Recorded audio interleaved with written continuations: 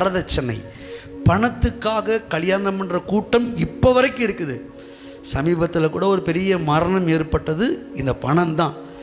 எத்தனையோ கோடி அவங்க வச்சுருந்தாலும் கூட இன்னும் பணத்தை வாங்கி ஏதாவது பண்ணுவோமே அப்படின்னு சொல்லி தான் அந்த பணத்துக்காகத்தான் கல்யாணம். ஆனால் பைபிள் பணத்துக்காக கல்யாணத்தை சொல்லவில்லை. பைபிள் சொல்கிற நோக்கமே வேறு. ஆனால் உலகம் சொல்லுது பணத்துக்காக கல்யாணம் என்று சொல்லி. இன்னும் சில பேர் இருக்கிறாங்க, ஏதோ பிள்ளை குட்டியை பெற்றுக்கிறணுமே, எங்களுக்கு வயசாயிடுச்சு, பேரன் பிள்ளைகளை பார்க்கணுமே அப்படின்றதுக்காக கல்யாணம் பண்ணுறாங்க. அதுக்காகவும் கல்யாணம் அல்ல. கல்யாணம் என்பது தேவன் அவருடைய இருதயத்தில் தோன்றின ஒன்று. இது கனத்துக்குரிய ஒன்று. இது அவர் மனதில் ஏற்பட்டது மாத்திரமல்ல, இவைகளை குறித்து நிறையா திட்டங்கள் இருக்கிறது. அதில் குறிப்பிட்டு நான் ஒரு 7 காரியங்களை சொல்லியிருக்கிறேன்.